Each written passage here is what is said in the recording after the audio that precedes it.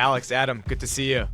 Thanks for doing this. Alex, I'm assuming we've got you in the Florida branch of Applitools. You do. And Adam is coming at us all the way from Tel Aviv, which it must be approaching 11 o'clock at night over there. Yes. Incredible. You're a warrior. You're always on at the most odd hours, whether it's a board meeting or an ad hoc phone call. It's incredible. Thank you. Well, thank you guys for doing this. This will be fun. Great. Thank you. Sure. Alex, can you give listeners the quick elevator pitch on Applitools? Sure. So the Applitools intelligent testing platform, we talk about revolutionizing test automation with artificial intelligence. And so our platform uses AI to proactively detect bugs, changes found in websites, web applications, documents, etc. And it dramatically reduces the time it takes to create, execute, and maintain tests while maximizing your coverage of functional, visual, and accessibility, correctness on screens and devices of any kind. And so that's the quick and dirty. And if you look at the benefits, so first of all, why does it matter? It reduces the risk of every software update. So that's really important. It improves software delivery velocity. So things that take weeks or months can be shortened to days and hours. And it enables operational efficiency across the entire SDLC. And where we win are companies that do a lot of software releases, regulated industry, B2B, technology companies, financial services, et cetera. And that's the pitch. I love it. Adam, from our visit to Israel back in 2022, our first visit to see the company, and we got to meet everybody at the business in person, in the office. It was so clear that you are the cultural beating heart of that company. You and Moshe, the two co-founders, are the cultural beating hearts of the business. And people really rally around the two of you, and you in particular being based in Israel, as sort of the spiritual leader of the organization. Talk about, from the journey from when it was just the two of you plus Gil to where it is today, how you've built that culture, how you think about continuing to build it, especially in the face of all that's happening in Israel and all that's been happening over the last year and a half. It was critically important for me to have a tool, a way that describes concisely who we are and how we do things. Yeah. And use it as a measuring tool for everyone else that we recruit, and also as a measuring tool for coming up with the right solution when we have multiple solutions, right? So we spent the time very early on. I think it was maybe when we were like 3 years old or so, to articulate it very well with the whole team. We went through a very rigorous process and got to the point where we know exactly who we are and how we want to do things, and we stuck to it. So even today, every town hall meeting, we start by talking about the vision and the mission and the cultural values and what they mean. And we give examples, and every employee that comes in learns about it and talks about it. And we just make sure that these are the rules that we live by, and we take it very seriously. The result, the data speaks for itself, where at least what I can attest in the engineering side of the business, where normally in Israel, there's natural attrition every 2 years. By average, we have engineers with us for 5, 6, 7 years, even 11 years working at the company. The team feels that it is his company. They care about the company, not just engineering, it's everywhere. I can only attest on the number of years that the team that is reporting to me, that I'm familiar with the numbers. But it is this special culture and this group of people working together, working for each other's success that makes it special. And these are the tools that we are basically using for that. My favorite moment or anecdote from that first trip to Israel was we got there, we were all pretty jet lagged. You and I had started talking about you had put in a small gym in the side of the office. And you remembered, you said, Carl, you were a gymnast at one point, right? And I said, yeah. And you said, I love to do gymnastics workouts, and we should do a pull-up contest at some point. And I sort of said, okay, yeah, let's do it. And you said, no, let's do it now. and you took me to the side, Jim, and I can't remember how many I did. It wasn't my best showing. I maybe did, 10 or 12 or something. And then you proceeded No, you got to 15, I remember. What was it? Okay. 15, yeah. And then you did 28, I think, in a row. Yep. And it was incredible. And I knew that was the moment where I was like, okay, Adam just went to the next level in my mind. I knew he was a legit, incredible entrepreneur and a developer and a technologist, but he's also incredibly jacked. That was an awesome moment. That was an awesome moment. Thanks. And don't ask me to do that. I don't think I can do one. But I'm surprised he hasn't yet, Alex. Yeah. I got bad shoulders. Yeah. Well, Alex, maybe to you, I'll always remember our meeting in the Presidio, the first time you and I met in person, and really went deep on what you were trying to do, what we were trying to do, the transition we were going through as a business. What were your impressions from that day of Thoma Bravo, of me, of the opportunity that ultimately led you to take the opportunity, take the offer? Yeah, no, I remember that day well. First of all, it was a warm day, and I had just gotten new shoes, wanted to look my best, and I wore a jacket. And what Carl didn't say is, I think part of the evaluation was this walk. And we walked around the Presidio, and it wasn't a flat walk. It was uphill, and I brought this backpack. I still regret that decision to this day. And we're walking up the hill, and all I'm trying to do is not sweat and make sure as we're talking that, to Adam's point, because he sets such a high bar with the pull-ups, that I could communicate while I was talking. So notwithstanding the physical aspect of it, it was really important to hear your vision, the strategy of the business, and how you approached, the opportunity. And I think that we talked earlier today about the difference between the various PE firms that I had worked with. But what really struck me is your connection to the team, the company, and it wasn't someone else's responsibility, or you weren't working on 10 or 11 different deals in the portfolio. You knew the business so well, and you knew the people so well, and you had a clear understanding of the vision. And then from that point forward, everyone I talked to kind of lined up right behind it. So there was an authenticity that permeated the entire process, and that was really the key thing for me. And you and I had spoken, and I think one of the key things that I look for in hiring people is that cultural fit. And I'm sure you had talked to a number of people who had the requisite skill sets.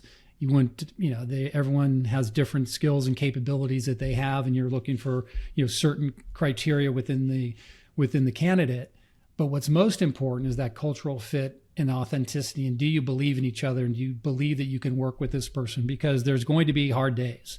There's going to be challenges. There's going to be setbacks. And how you can come together as an organization, as a team, as a board was really important. So that was the determining factor for me. And it was the people. And that still is true to this day. I feel that we're supported. When things are tough, you give great advice, and the team gives great advice, and you also listen. And I think that was what I thought it would be when we were on that death march. But what actually it turned out to be is we've been working together for the last year and a half. Yeah, I'll always remember that meeting. It was you impressed me beyond belief, and I'd like to think that I had some grand plan to test you at this walk. In reality, I was just oblivious to the fact that you'd show up in a coat and loafers, as one does at a business meeting, and then I would make you go on this long walk on a hot sunny day in San Francisco. But it was a beautiful setting, so we did have that, and it was a great discussion. Yeah, I also remember in that meeting we went way long, mostly because I was asking you about something really interesting in your life, which is the fact that both of your sons, your two children, are professional athletes, which I think is incredible, and frankly says a lot about you as a person, as a parent, as a leader. Maybe tell the listeners a little bit about your two boys, what they're doing, and then also, how your leadership style and your ambition has informed their journey as athletes. Yeah, I think their perspective would be a little bit different than mine. We've got them on the next episode, yeah, Alex. Don't worry. Yeah. So, I think it is unique and rare. I mean, so just by way of background, kind of my family, every family has their superpower, and you can't see it on screen, but I'm 6'6", my wife's 6 feet, my one son's 6'10", my other son's 6'4", my dad is 6'9", and my grandfather was 6'4". All of them and all of us were athletes growing up, and my sons are the best of all of us. And for me, it's funny. I tell a story. I have a financial advisor, and he came when I was at Convergys at Cincinnati, and he came to sit down and plan your future and your kids going to college and everything else. And literally my kids were 5 and 3. And he said, we got to set up a Roth, whatever. And I'm like, we're not setting that up. He's like, why not? I go, both my kids are going to get full scholarships. And he tells the story 20 years later that he thought I was a complete arrogant, that, what are you thinking? You can repurpose this. But he said, what's happened, it's kind of that manifest destiny. So I believe in positivity. I believe in a plan. I believe in setting your goals and sticking to those from a personal perspective, and knowing what you're going to do every single day, being prepared, understanding the details and the basics, leaving nothing to chance. I mean, is really how I run my business career, but also with my kids. And, early on, they both had an inkling to be good athletes, but, as every parent knows, you can want it for them. But at about 12 years old, after you've given them the foundation, you've given them everything else, they need to make a decision on, are they going to do it themselves? And I will enable that. I'll prepare them. And that's also how I manage, right? I want to see potential. I want people that care. I want people that have grit. I want people that, are competitive. But at a certain point, my job is to enable that, and they aren't going to have to do the hard work. And so, that's really what my kids did. And so my one son, the 6'10", lefty, plays within the Guardians organization. He's recovering from, no surprise, Tommy John surgery. And, he's also a special kid because he's a cancer survivor. And so as much as I learned from Adam and the team in Israel about grit and determination, I've learned more from my son. He's now 7 years out, never complaining. Everyone has challenges. Chemotherapy is no joke. It's no joke for a 16-year-old to go through, and having him go through that and then still achieve his goals is like the best inspiration I have every single day on not complaining, doing your job, just get after it, is my one son. And so very proud of what he does. And, the untold story is, being a professional athlete, being a Division I athlete, it's a lot of work when no one's watching. And that's the same in business, right? Do you prepare? Do you do your homework? Do you do research on your companies? Do you understand the details of your business? And my kids have done that. And my other son plays on the Corn Ferry Tour. And golf is also really hard. It's solitary. It's lonely. He's just left. He's with us in Florida right now, and he just left, and he'll be gone 17 of 20 weeks on tour. And it's him and his caddy. And it's, he made the first 3 cuts of the year, was top 20 in the money list, and the top 20 get to go to the PGA Tour. And he's missed his last 5 cuts, like 3 of them right on the number. And you got to just have that passion, conviction, and you got to throw that aside. And the parallels between athletics and business for me are just always right there. And I think that that's something that I've instilled in my kids. I try to instill in my team, the team that I'm leading here or others, is that there's a lot of lessons learned. And, I watch my kids every single day. Their schedule is, like a CEO schedule or a managing director schedule. They get up at 6 o'clock and they go till dark, and then they get good sleep and take care of their bodies and everything else. And all of that is over an extended period of time. There is no such thing as an overnight sensation for any of these kids that have become professional athletes. And I've seen it. It started when they were 3 or 5 years old. They had this vision and they had to put the work in every single day. And that's how I try to model my life and how I try to model the teams that I lead. Yeah, so incredible. And for any parent of young children, like you hear that story about, someone who has 2 professional athlete children, and you're like, what did this guy do, and what can I learn from him? And so I went home and told my children, you need to be 6'4" and 6'10". Yeah. And their father is not 6 feet, and so good luck to them on that. And I tell them, competition, what they're doing is a privilege. And I believe that within what we're doing as well. And I think if you approach it with that mindset, you can accomplish a lot of great things.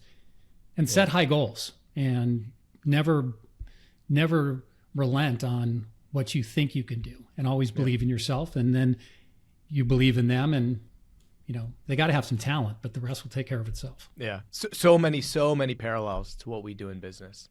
So many parallels. Adam, on your end, you have an equally interesting journey to where you are today. You were, like so many Israelis, a member of the armed forces there, the IDF. But your journey in particular was super unique. You didn't set out to be an engineer. You became one of the best I've ever met, but that wasn't your original goal. Maybe talk about your journey through the IDF and then getting into technology. Yeah. So first of all, I did start. I had a computer. I got a computer when I was very young, when I was 9 years old, and for some reason I was fascinated with the basic prompt that was there, and started to teach myself programming. That was just as a hobby. In addition to playing games on the computer, I did some programming. I joined the Israeli military. I won't go into details, but it had nothing to do with technology. And I really liked the time that I served. I thought about staying in the equivalent of the FBI in the US, right, in Israel here. And my mother actually told me, hey, you can always do that job, take that job. Maybe you should go to the university and get a degree first. Try it out. And really, it made sense to me, this suggestion, and I just went to school. The moment I went to my first computer science course, I knew that I got home. Immediately it clicked, and I got in touch with my programming roots as a small child. And 6 months later, I was working at Intel and starting my career. Now, even Applitools, I always just enjoyed working on the tech, solving these impossible problems. It gives me immense amounts of satisfaction, and that's all I cared about. I didn't even care if I was sure that it's going to fail miserably, just like most startups, but I didn't care. Just the thought that I'll have a year or so to just enjoy myself was all that I needed. And eventually it didn't fail, luckily, but I get a lot of satisfaction out of it. And this is what I try to do. I try to be happy and do the things that I want, and good things happen as a side effect, but that's a side effect for me. Guys, thank you both for sharing these personal stories. Most of these episodes that we've recorded have been one-on-one. I felt like for this business, for this investment, it was important to get both of your perspectives. On one hand, you have the founder, the technical visionary of the business, someone who was there since time equals zero. And then you have the CEO who in the last 18 months has really put his fingerprints all over the business, has changed so much, but at the same time has embraced the culture that existed before he joined. And so for me, it's exciting to get both of your perspectives in this discussion, and then also to get to unpack some of who you both are as people and how that informs the business that we all work on so diligently and that we care so much about. So thank you guys for sharing that. It's a joy and a pleasure to work with both of you. Excited for the journey ahead. Thank you. Thank you, Carl.